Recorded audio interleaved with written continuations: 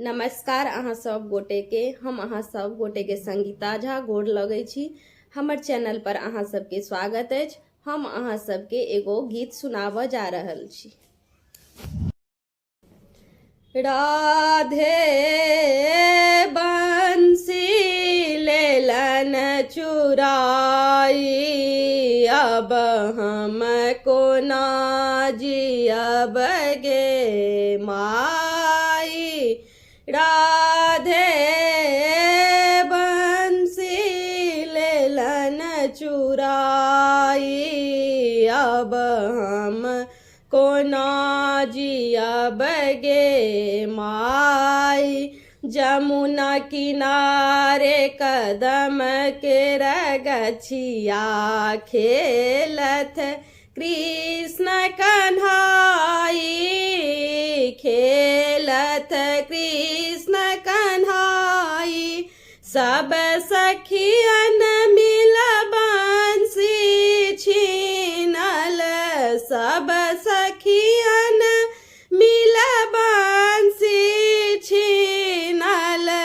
कृष्ण कनत घर आई, अब हम कोना जियब गे माई। राधे बंसी लेलन चुराई, अब हम कोना जियब गे माई। झट यशोदा गोद लियो है, कर दे कंठ लगाई, कर दे कंठ लगाई।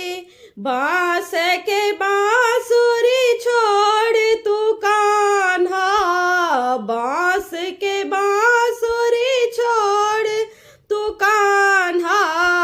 सोना के देब बनबाई, अब हम कोना जियब गे माई। राधे बंसी लेलन चुराई, अब हम कोना जियब गे माई।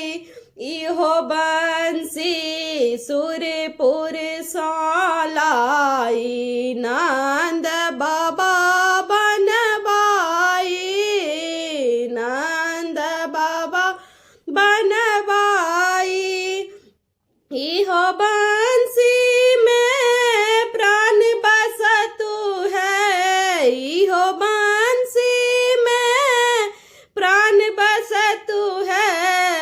से हो कोना बिसराई, अब हम कोना जियब गे माई। राधे बंसी लेलन चुराई, अब हम कोना जिया गे माई। सोना के थारी में मेढ़ल यशोदा, सोना के थारी में मेढ़ल यशोदा।